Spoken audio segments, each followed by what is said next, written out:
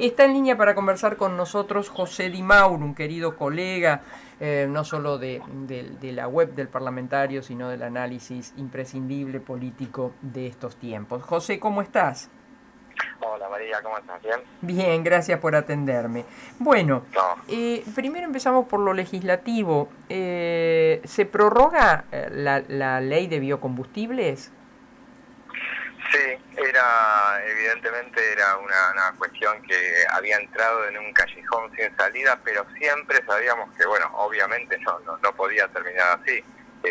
No podía, esto exigía una solución antes del 12 de mayo y finalmente ayer trascendió, lo dijo el propio ministro, secretario de Energía, Darío Martínez, desde Tucumán, anunció que se va a prorrogar durante 2 meses, a la espera de que en ese interín se llegue a un acuerdo entre las partes, y sobre todo el acuerdo tiene que ser interno en el frente de todos para acordar, establecer Un cómo es que proyecto, se el va proyecto de ley. claro, un proyecto de ley, porque hubo varios que se habían, el tiro al final, por la tarde, aliados internos desde el frente de todos, Adolfo Rodríguez Sá en particular había presentado otro proyecto, había dicho, el tema generaba fuertes resquebrajamientos internos, y finalmente se pateó para adelante, que es un recurso que suele usar este gobierno, Pero patearlo no para se adelante. trató en comisión el proyecto de No, Clery. no se trató. Veremos si finalmente se establecen los acuerdos como para la búsqueda de consensos, esa es la palabra, Sí, pero los consensos son internos, claro, fundamentalmente. O sea, se claro. tienen que poner ellos de acuerdo para que finalmente vean cuál es la letra del texto final. Bueno, algo así pasó con Hidrovía, aunque acá la extensión que otorgó el ministro a cargo Catopodis y luego lo que ratificó el ministro Alexis Guerrera, ¿no? Sí. 6 meses para la hidrovía, pero lo que me parece ahora hay que estar pendiente es qué van a hacer. ¿Llaman a la licitación nacional e internacional?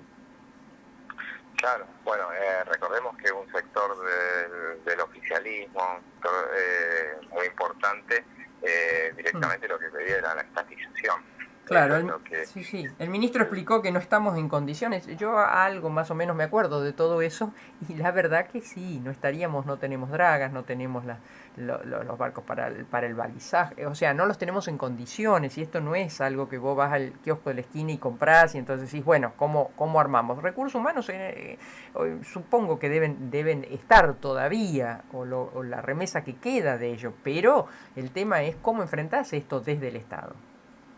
No es nada sencillo y aparte, yo ayer escuchaba un comentario de un colega que decía que, lo que en última instancia lo que desde el oficialismo se quería hacer era correr a la persona, no me acuerdo el nombre de quien está encargado del tema, correrlo directamente Claro, ahí y está, tenés a Ian Denul, que es la extranjera, y su socio local es Romero. Romero, tristemente Romero. célebre por el tema de los cuadernos. Allí comenzó toda la cuestión y el enfrentamiento, especialmente, me parece, con la vicepresidenta. Claro, y ahí la idea era correrlo a Romero y en última instancia esta empresa que es belga, de origen belga, es la que en última instancia no tendría problemas en seguir ella Claro. si le corren a Romero, mejor para ellos. Ujú. Así que, porque tampoco es que hay tantas empresas que se encargan de esa Claro, tarea. no, no, son 4 o 5 en el mundo, hablado de la Claro, calidad que corresponde. Y tampoco están con sus instrumentos, con sus herramientas, llamémosle así figurativamente, aquí en Argentina, como para decir mañana me presento y ya está. No, no es así. claro. No Bueno, pasa. ¿y Y es algo. qué más se sabe? Hoy va a haber una reunión, tengo entendido, confirmame la voz, a las 17 con Massa, Guado de Pedro y la oposición. Sí, finalmente parecía una señal en el sentido de destrabar este tema de las elecciones, que recordemos, esto hace falta antes del próximo lunes un acuerdo para que finalmente se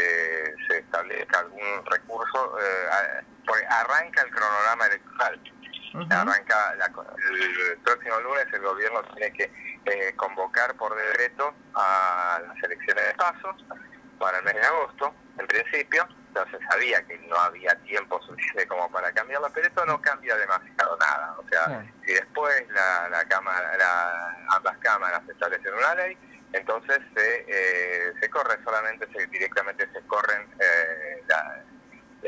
se mueve el cronograma electoral, que es a lo que evidentemente vamos a ir.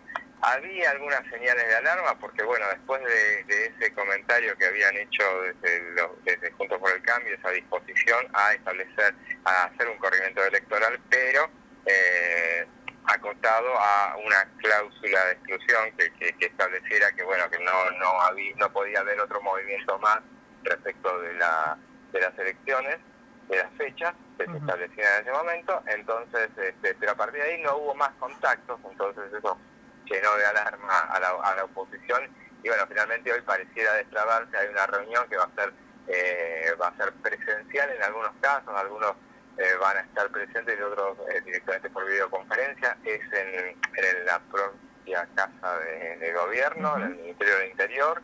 Va a estar Guado de Pedro, va a ser el presidente de la Cámara de Diputados, y jefes de todos los bloques de la Cámara de Diputados para, bueno, suponemos que va a surgir de ahí un acuerdo.